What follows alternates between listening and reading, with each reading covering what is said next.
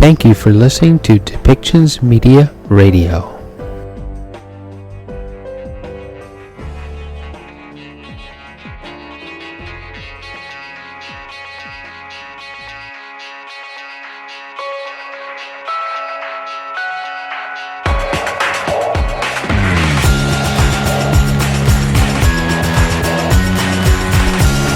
Welcome to Policy and Rights, the show about government policy and human rights.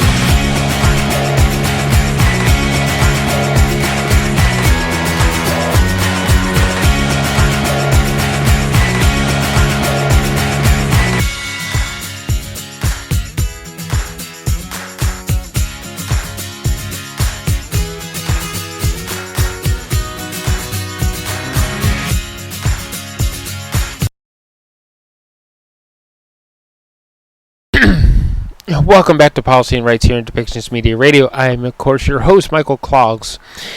And in this next show, we're going to be listening to a press conference with the WHO from Geneva as they're talking about global health emergencies. And also, keep in mind that this is also part of human rights, where they also talk about how people are denied in certain areas, denied medications, how governments are withholding medications in health treatments, how because of things like war and disasters, how troublesome it is for the WHO workers to get their doctors and health workers into areas so that they can treat those with health conditions, injuries, malnutrition.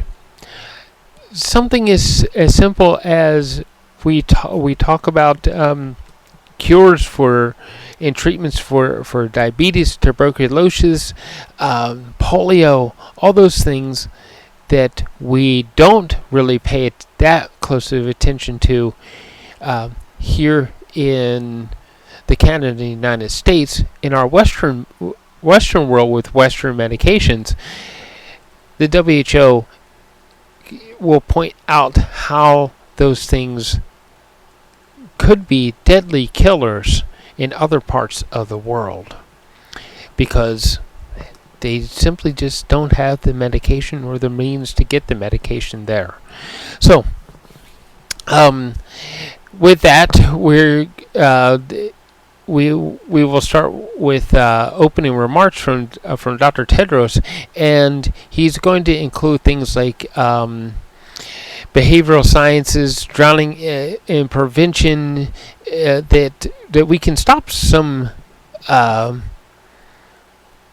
things from happening in health-wise if we use preventative measures that the WHO has actually lined out.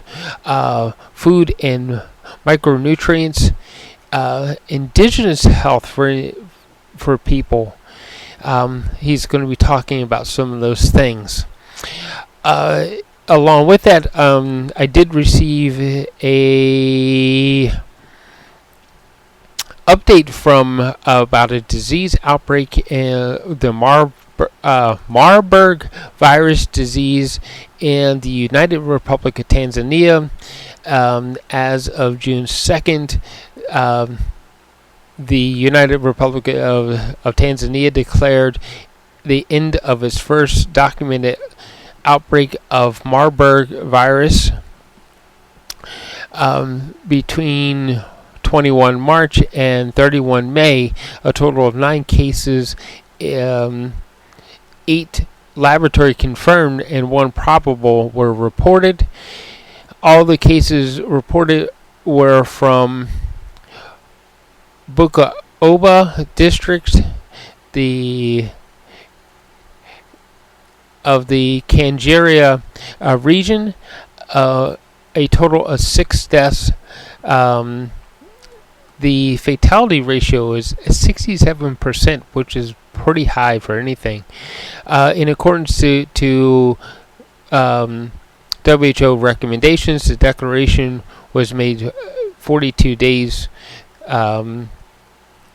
after the last probable exposure to the Marburg virus was probable or confirmed. The WHO encourages countries to maintain most responsive activities for 3 months after the outbreak ends to ensure no re-emergence of disease. So, with that, why don't we listen to the press conference as it happened in Geneva in the WHO headquarters. Hello everybody, this is Margareta Harris in World Health Organization headquarters Geneva, welcoming you to our global press briefing on current health issues today, the 2nd of June 2023. As usual, we will start with opening remarks from our Director General, Dr. Tedros Adhanom Ghebreyesus, and I will then open the floor to questions, and our panel of technical experts, both here in the room and online, will be available to answer all your questions. Just to let you know who's in the room we have Dr. Tedros in the middle, and to Dr. Tedros's right we have Dr. Michael Ryan, our Executive Director of our Health Emergencies Program.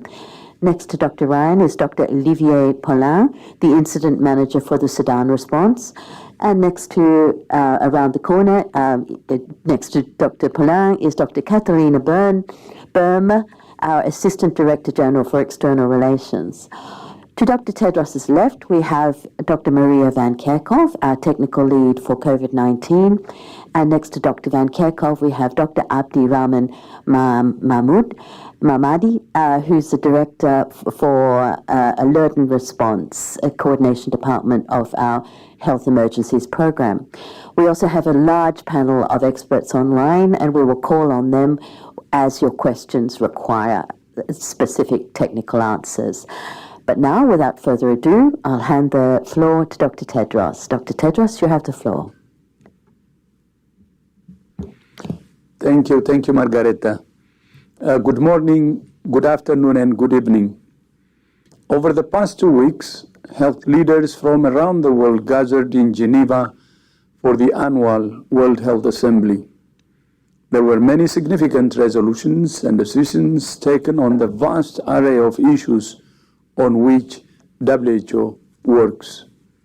This includes behavioral sciences, best buys for non-communicable diseases, diagnostics, disabilities, drowning prevention, emergency, critical and operative care, food, micronutrients, indigenous health, infection prevention and control, maternal and child health, medical oxygen, primary health care, refugee and migrant health, rehabilitation, traditional medicine, WHO's work on emergencies, and much more.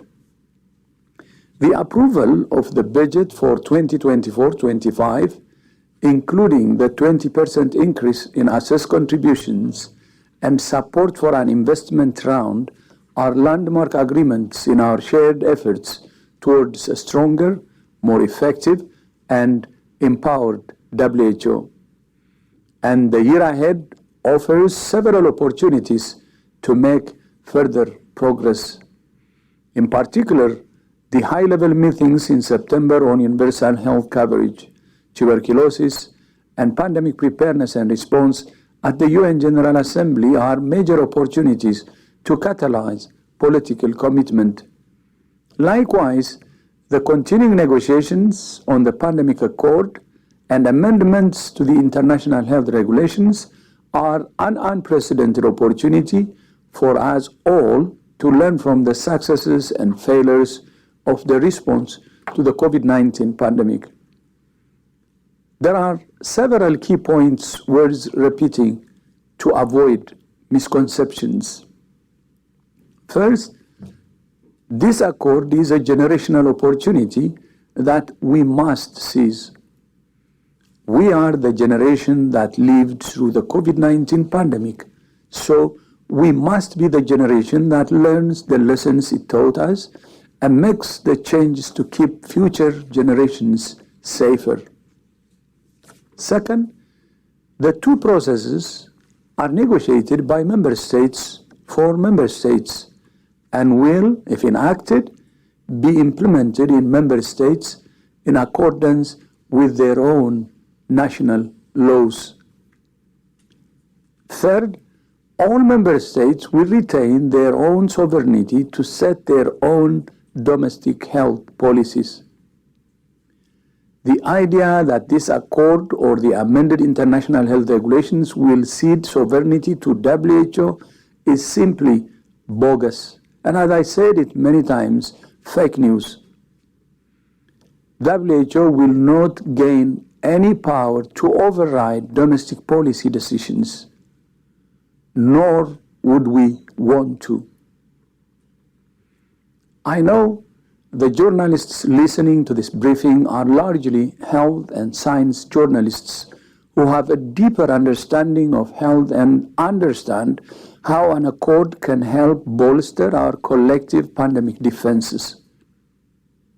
So, I ask you to keep following the facts about these two processes to dispel myths and to inform your colleagues on the news and editorial desks so there is accurate reporting. These processes represent a serious commitment from all 194 WHO member states towards their populations. And we cannot let mis- and disinformation jeopardize them. Next, to some good news on the outbreaks of Marburg virus disease in Equatorial Guinea and Tanzania. Today, Tanzania declared its outbreak over, 42 days after the last patient tested negative for the second time. The outbreak in Equatorial Guinea is also expected to be declared over next week if no further cases are detected. WHO will continue to support both countries to strengthen their outbreak prevention and preparedness activities. Now to the Greater Horn of Africa, which faces a deepening hunger and health crisis. The region comprises 7 countries: Djibouti, Ethiopia, Kenya, Somalia, South Sudan, Sudan, and Uganda, and is already in the midst of the worst drought on record. In the first half of this year, heavy downpours on the baked earth have caused flash floods in parts of Ethiopia, Kenya, and Somalia, and displaced thousands of people. Floods increase the risk of water and mosquito-borne diseases in a region already impacted by malaria, cholera, and other infectious diseases. 53 million people, 1 in 6, are facing crisis levels of hunger. WHO and our partners are on the ground ensuring access to basic health services, providing treatment to severely malnourished children, and helping countries detect, prevent, and respond to disease outbreaks. But a lack of resources is hindering our response. Under our health emergency appeal for 2023, WHO is asking for $178 million to enable us to deliver urgently needed life-saving medical aid. We face critical funding gaps, and we urge donors to be generous. In Sudan, the situation has been compounded by violence. Fighting, which started on the 15th of April, is continuing for a 7th week. People are dying because they can't access hospitals and receive the care they need to treat injuries or the medicines they need to treat chronic diseases, such as diabetes or hypertension. Women cannot safely deliver their babies, and children are dying of malnutrition and dehydration. With the upcoming rainy season, there is an increased risk of outbreaks of waterborne and mosquito-borne diseases, which could pose significant health issues. Since the beginning of the conflict, over 1.6 million people have been displaced, both internally and to neighboring countries. WHO is working closely with health authorities in neighboring countries to provide care to refugees. Health workers, supplies, and facilities continue to be targeted. Since the fighting started, WHO has verified 46 attacks on healthcare, leading to 8 deaths and 18 injuries. 16 of these attacks took place after the signing of the Jeddah Declaration to protect civilians on the 11th of May. This is unacceptable. Along with other humanitarian agencies, WHO has worked to accelerate the distribution of life-saving medical supplies. We have sent a total of 170 metric tons of medical supplies, including for trauma and injuries, chronic and infectious diseases by air, land, and sea. However, limited access and insecurity continue to hamper our efforts to get these supplies to where they can be used to save lives. We urge all parties in Sudan to resume ceasefire negotiations, stop the fighting, withdraw from health facilities, protect health workers, and support the delivery of life-saving supplies. Finally, the 4th Health for All Film Festival will have its award ceremony on Tuesday, the 6th of June. The Health for All Film Festival brings a human face to WHO scientific work. Listening to the voices of people affected by health issues is a powerful way to raise awareness and improve our understanding of people's experiences. I congratulate in advance the winners and my thanks to the distinguished members of the jury. The award ceremony will be webcast on the WHO website, and we invite everyone to join. Margaret, back to you. Thank you very much, Dr. Tedros. So I'll now open the floor for question and answers. We actually have a lot of you online, despite it being a Friday afternoon, and a lot of hands up already. So I ask you to keep your questions short and crisp. And the first question will go to Jeremy Lange from RFA. Jeremy, please unmute yourself and ask your question. Thank you, Margaret. Good afternoon to everyone. I'd like to ask a question about the disease outbreak news that the WHO just posted concerning France.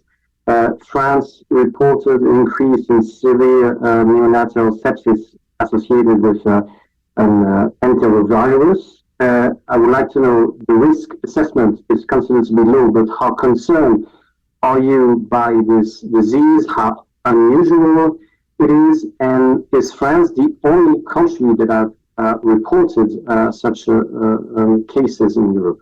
Thank you. Thank you, Jeremy. Dr. Abdi Mahmoud will answer that question, and you may have some additions. Thank you for that, and thanks. Appreciating the French authority for reporting that and for the detailed investigation that was done. Saving lives is very important. Coming back to your question, I think it's very general, and I don't want to spend some time explaining different virus groups, but just to reiterate again, this is part of the enterovirus. These are big virus families that can cause, most of the time, asymptomatic, affecting everyone, but some of them within, particularly this group, the ecovirus 11, we are seeing, as we have seen through COVID and other RNA viruses, more the virus go through evolution, either by recombining itself or by not proofreading the mistakes that it does. So what we have seen right now is a new recombinant form of this. This was a very rare disease that it used to happen, but since April now, until from July last year until April last year, when the France authority reported 9 cases have been reported, still very number, but we need to have a better surveillance monitoring all these enteroviruses. As part of the polio eradication initiative, polio itself is another enteroviruses. A lot of countries have only focused, reduce their surveillance. So the main message is we are not worried about it. Of course, very sad for what happened for these children, and a lot of early treatment and care needs to happen. The cost of sepsis is widespread, and the clinician care, timely care is important. To reiterate again from ourselves, the risk from this recombination is still limited, but we are calling to an increased surveillance. The EU team, ECDC, are working with all the member states trying to understand better, since the surveillance has gone down, are we missing other cases? So we'll keep updating more as we get more information from other member states within the European Union and from other regions. As for now, the numbers remain small, but the clinicians and the families have a critical role to play in saving lives. Thank you, Dr. Abdi, and Dr. Ryan will add a few more comments. Yeah, I think it's important to say that enterovirus infections are very diverse. They happen all over the world every year, and the overwhelming majority of these infections are very mild in most children and most adults. There are a whole range of enteroviruses. Abdi mentioned echovirus, there's Coxsackie virus, there are the polio viruses. There are a group of viruses, they're in a big family of Picornaviridae, I think, is how they're lumped together. But in this sense, in many ways, they're joined by many ways in which they transmit. And in a normal situation, they often transmit by the fecal-oral route. But for neonates, there are other ways in which a neonate can be infected, either through around the time of birth, in the birth canal, exposure to blood, exposure to carers in the hospital environment or whatever. And neonates are particularly vulnerable, particularly preterm neonates. So what you have is a vulnerable group being exposed to these viruses, and the outcomes for those children can be more severe. But for the vast majority, even of those children, the outcomes are very positive. But there are a small proportion, in this case, the echovirus in France, but in the UK we've had Coxsackie virus as well, causing problems with myocarditis. These viruses target different organs. Some cause encephalitis, some cause myocarditis or infection of the heart. Some can have effects on multiple organs. But again, I think it's important that these are viruses that are natural in our environment. They've been with us for eons, as polio has been with us for thousands of years. But it is important that we keep an eye on them. They do evolve, they do change. And they can replace each other. So I would like to thank the governments of the United Kingdom and France for maintaining such good surveillance. And this is where genomics and genetics become very important, and being able to track viruses. Maria has spoken about this for the last 3 years. Our ability to detect these events is getting better, and as such, that's important. But there isn't a cause here for heightened fear amongst people. It means the scientists are doing their jobs, they're detecting these events, they're sequencing them, they're looking at the risk. It is a real tragedy for any family, in this particular case in France, to lose a child at this time, after what may have been a very healthy pregnancy. So, we should really think about those families and the losses that they are suffered, and we owe it to them to understand these viruses more, to understand how they spread, to understand how they cause what they do. But again, for the vast majority of people experiencing an infection with an enterovirus, the outcome is entirely positive, and many children don't even know they have these infections. Thank you very much for those answers, Dr. Ryan and Dr. Mahmoud. The next question goes to Belisa Godinho from W Magazine, Portugal. Belisa, unmute yourself and ask your question, please. Thank you for taking my question. Yesterday, WHO launched a single-source repository on drug dependency information. Is WHO has any plan to control the situation of psychoactive drugs and medicine in the world? Thank you.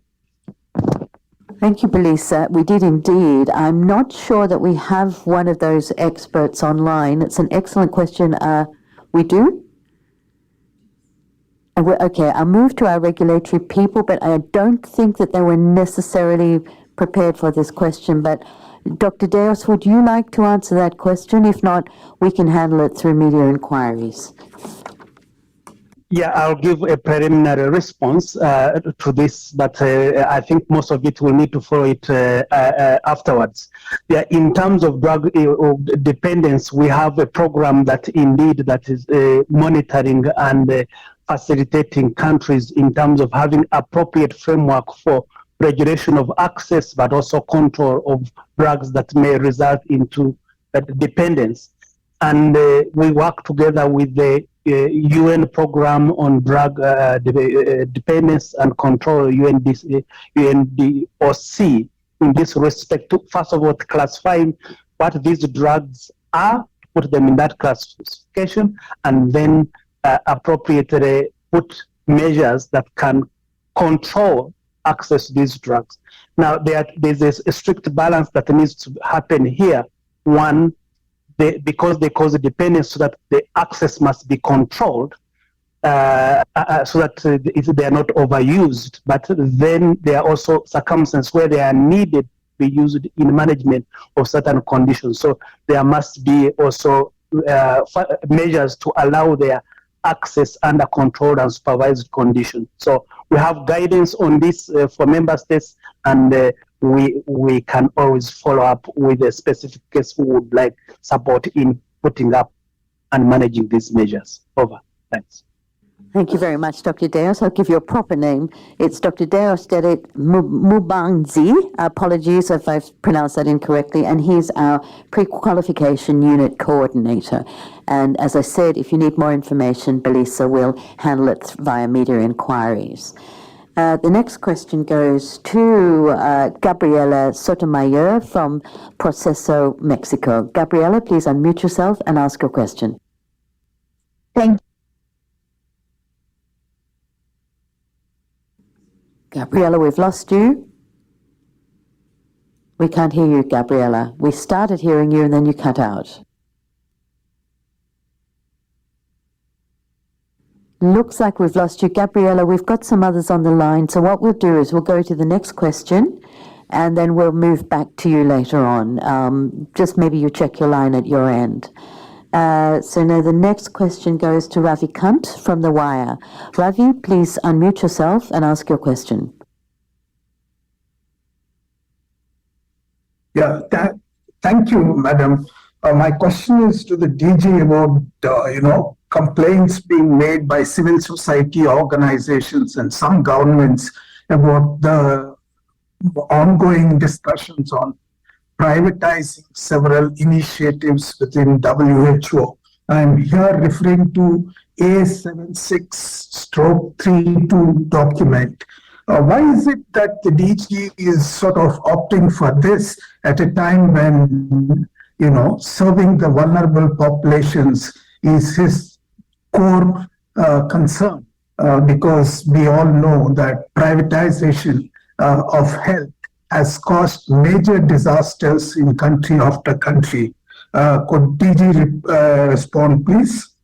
So, Mr. Kant, and I should inform is that The Wire is a major publication from India.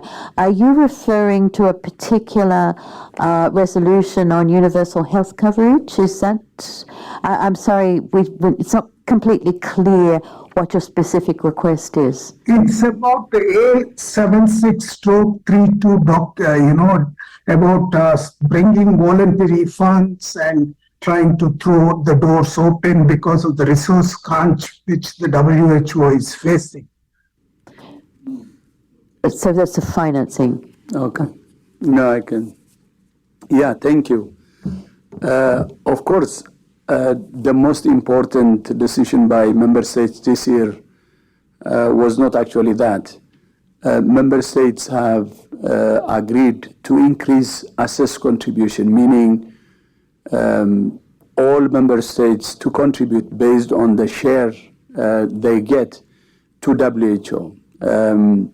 And that's why in my speech I said the 20% increase agreed this year is significant. It's historic. and a huge milestone.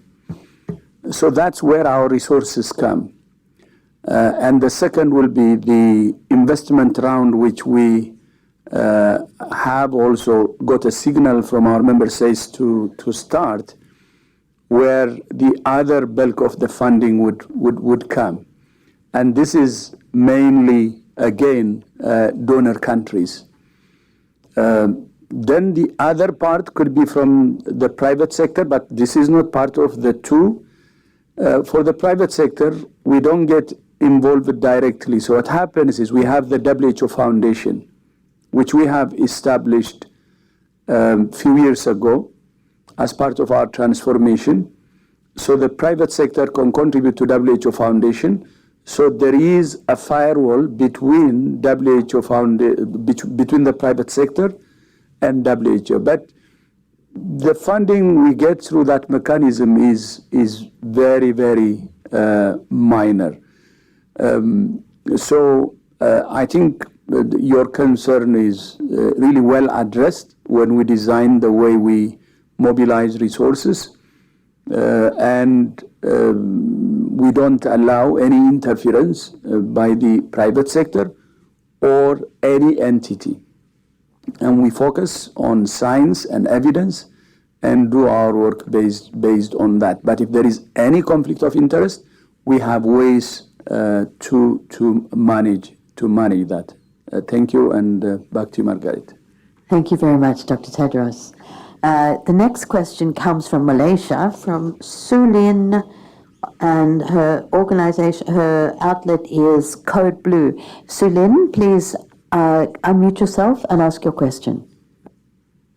Thank you, Dr. Margaret. So my question is on tobacco control, and it's for the Director General.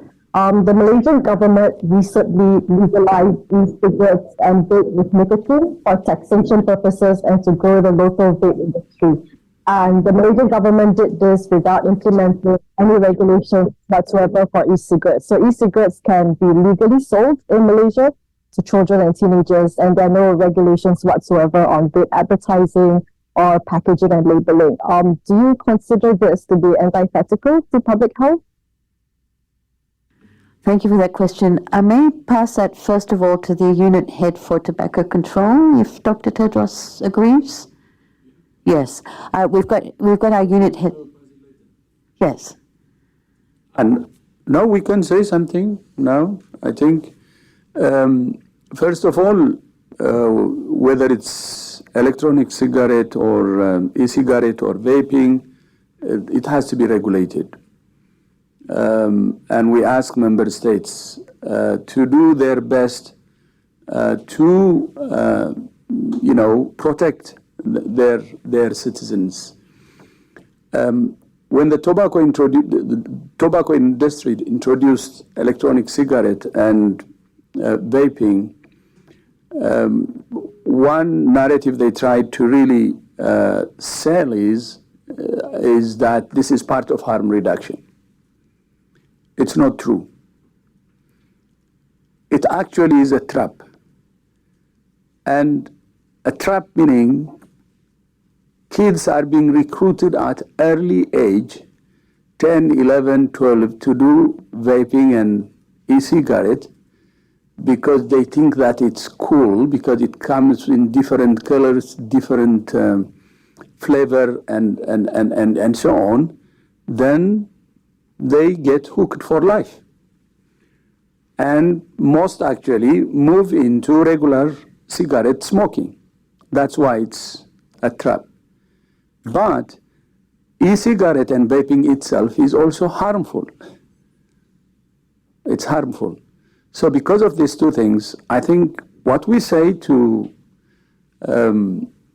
all countries is please protect your citizens, especially your children. Starting vaping and electronic cigarette early. And many adverts being done, recent studies show that, inside or near schools. So it has to be regulated, and it has to be taken seriously. Thank you. Thank you very much, Dr. Tedros. And now we'll move to try Gabriella again. Gabriella, can you try once again to unmute yourself and ask your question? Gabriela Sotomayor. Yes, thank you very much. Hola, Dr. Tedros. In Mexico, there is a serious crisis due to the lack of medicines. The most worrying shortage today, due to the lack of options, are the medicines to treat schizophrenia, bipolar disorder, and major depressive disorder conditions that in Mexico suffer some 4.9 million people. The government of Mexico said that the UN Office for Project Services, UNOPS, has worsened medicine shortages in Mexico. They are accusing UNOPS because the government signed a cooperation agreement in July 2020. I kindly ask for your comments on this worrying situation in Mexico. Thank you so much. Gabriela, that's highly specific to a situation in a country, so I doubt that we would have any comment. But Dr. Deos may be able to talk about sort of the overall situation with regulation of medicines and management of access. So Dr. Deos, over to you.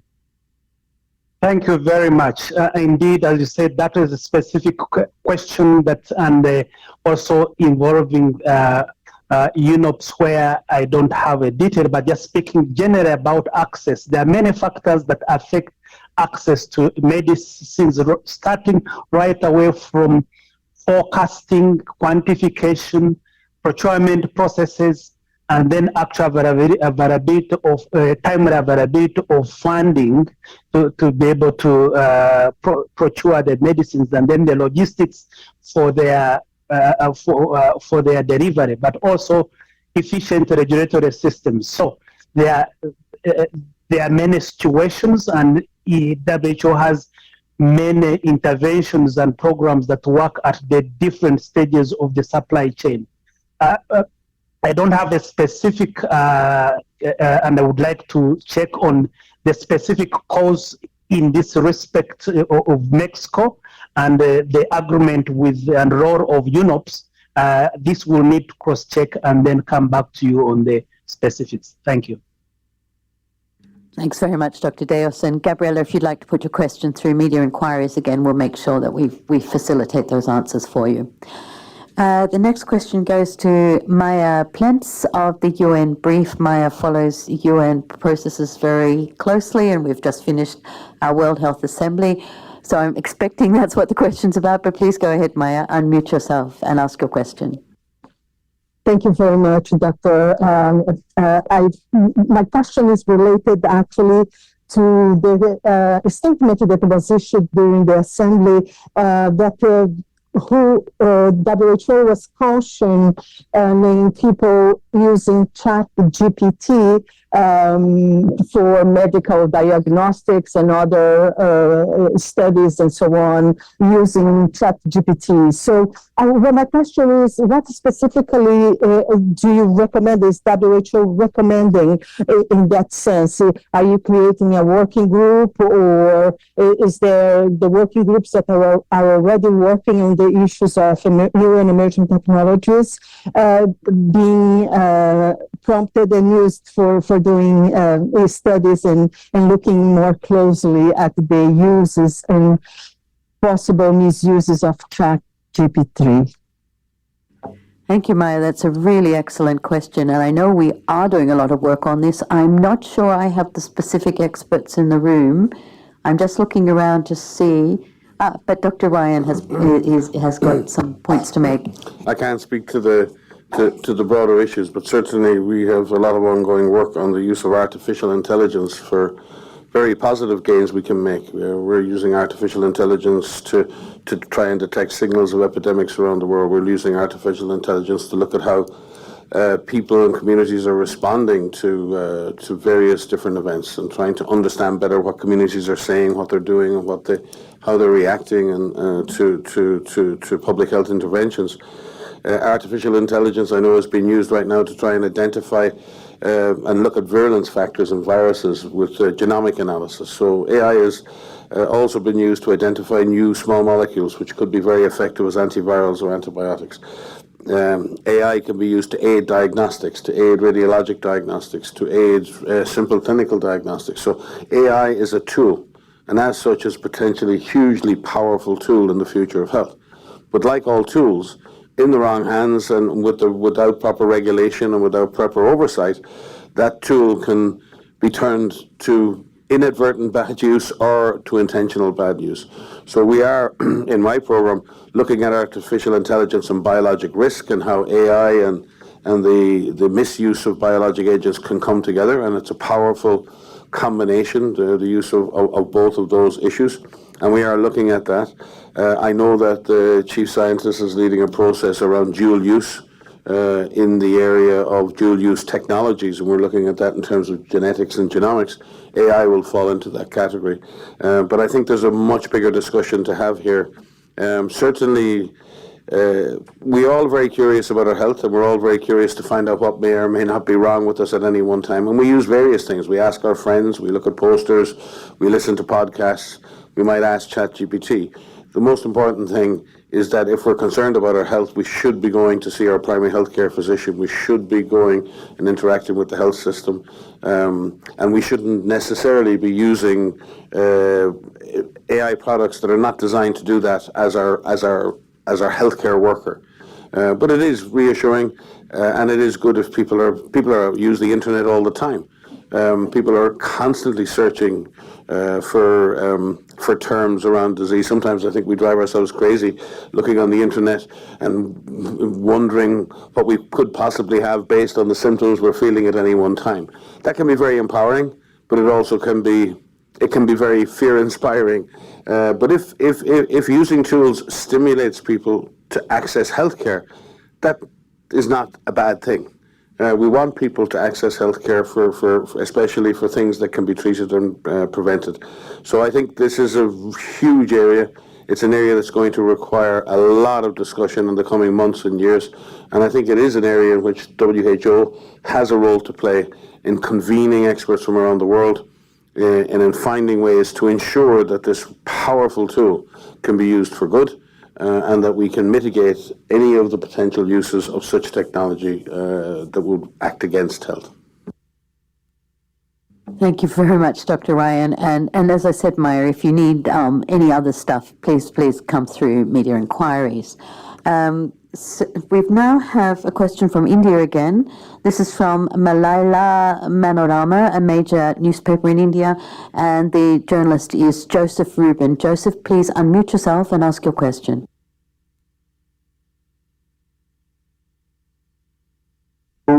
My question is about COVID vaccines and the sudden surge of heart attacks and deaths, even young people. Do you have any evidence that these deaths are linked to the post-COVID issues or to the COVID vaccines? Do you have any concrete study on this? Thank you, Joseph. That's a very broad question. I think, again, we'd probably refer, but Dr. Van Kerkhoff has vaccines and sudden deaths in young people. Is that your question? Do we have studies on this, causal studies? That's your question? Yes, that is the question. That's your question. So, okay, repeat the question, please, Joseph.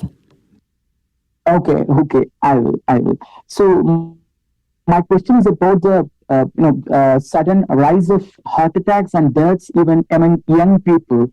Even India is reporting a lot of such deaths. Is there any evidence that these deaths are linked to the post-COVID issues or with the COVID vaccines? Do you have any concrete study on this? That is my question. Thank you. Dr. Van Kerkhoff will start. Yeah, I can start. The question, I think you've put two things into this question. So one of the things that we're constantly looking at around the world are any adverse effects related to COVID-19. First of all, primarily from infection. And we still are seeing a number of hospitalizations, ICU admissions, and deaths due to infection with COVID-19. What we do have is ample evidence and studies upon studies of the protective effects of vaccines in preventing hospitalizations, preventing severe disease, and preventing deaths. And that is consistent over the last 2.5 years where these vaccines have been in use. So it really remains critically important that people get vaccinated. There are registries that follow adverse events following vaccination, and that has been put in place over the course of since the vaccines have been put in use. And that is something that will continuously be studied as these vaccines continue to be used. But I do want to reiterate that the vaccines that are currently in use around the world are protecting people from dying. And they have prevented millions of deaths in the course of the last several years. So please do get boosted if it's your turn, if you are recommended to get one, particularly if you are in an at-risk group. This virus is still circulating in every country around the world. We have millions of cases of infections and reinfections that are being reported to us.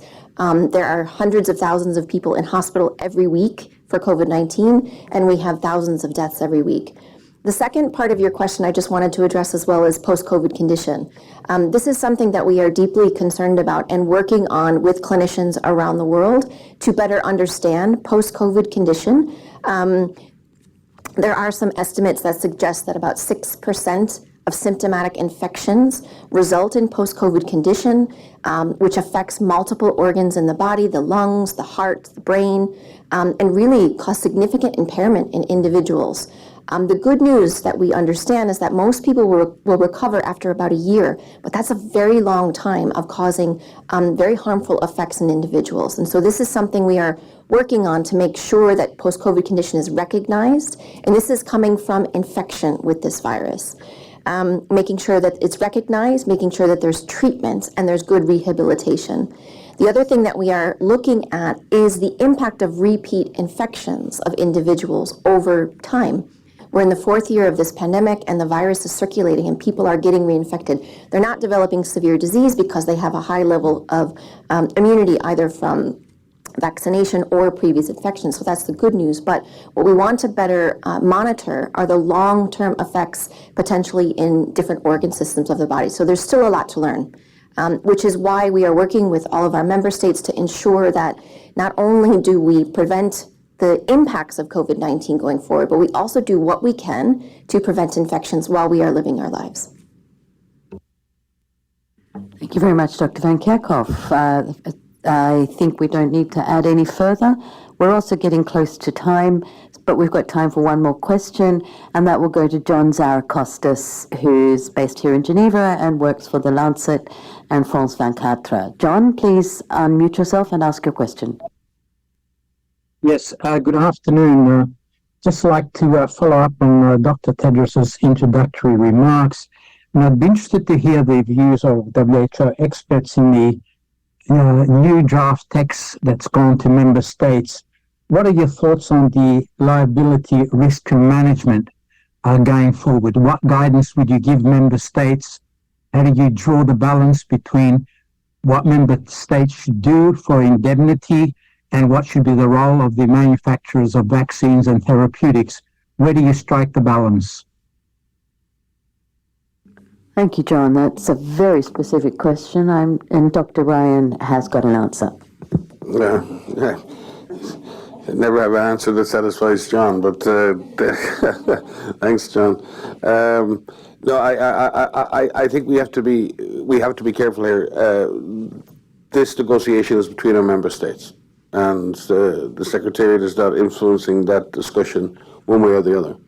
Although the Bureau or the negotiating parties can ask the Secretariat at any time to produce background documents, to do scientific analysis. They can commission us to do things. So it's very important that we don't, in this sense, have a view, a particular view, as to how they should codify, if they codify at all, the issue of liability and risk management within the treaty. So whether it's in or out and what it actually constitutes in that is entirely up to them. But in general, the issue of liability and risk management is an important issue when it comes to dealing with matters of equity, Because if we can't deal with the issue of liability, if we can't deal with the issue of who owns the liability for the safety of a product, and if all of that liability is forced onto a country that may not have the resources to manage that, that in itself can drive inequity. So there's no question that managing liabilities, terms and conditions, and the legal requirements around the transfer of vaccine, even if a vaccine is priced at a price that is affordable, the actual risk, quotient attached to the accepting a particular product is very much determined by the liabilities that come with owning that product. So there's a lot of issues to unpack there, and I think, John, what it reflects is that this is not a simple ABC thing. This is not just about pricing, this is not just about technology, this is not just about liability, this is not just about absorptive capacity, this is not just about manufacturing capacity, it's about all of this. And our member states are going to have to come together and find a way to find an effective mechanism for us to respond to the next pandemic, while keeping in mind the issues of, more than keeping in mind, keeping central, as they have said, as they've set out on this journey, keeping central access, solidarity, and the shared responsibility we have to serve every person on this planet. And in doing that, I think they will consider the issues of liability and risk management, but of course we will leave it to them to decide how they wish to manage that, but obviously stand ready to respond and input to that discussion at any time they see fit. And Dr. Tedros will, no? Time to close. Yes, okay. So that's the last of our questions, and we've reached the end of the press conference. And as I said, any further queries you need, please send to media inquiries. We will also send out the audio and the transcript of today's press conference. And now I'll hand over to Dr. Tedros for final remarks. Thank you, Margaret. Thank you to all members of the press for joining us, and see you next time. And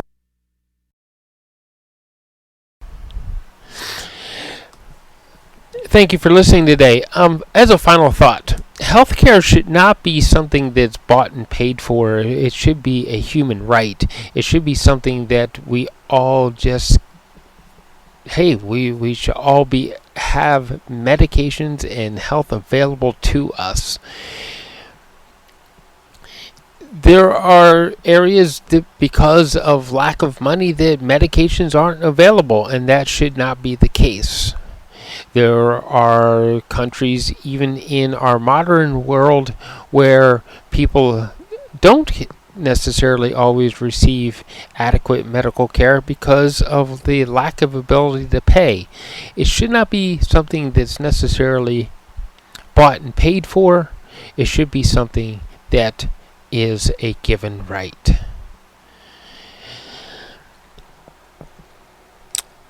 So, we want to again thank you for listening today, and please find that subscribe button wherever it is so you get continued updates from us at Depictions Media.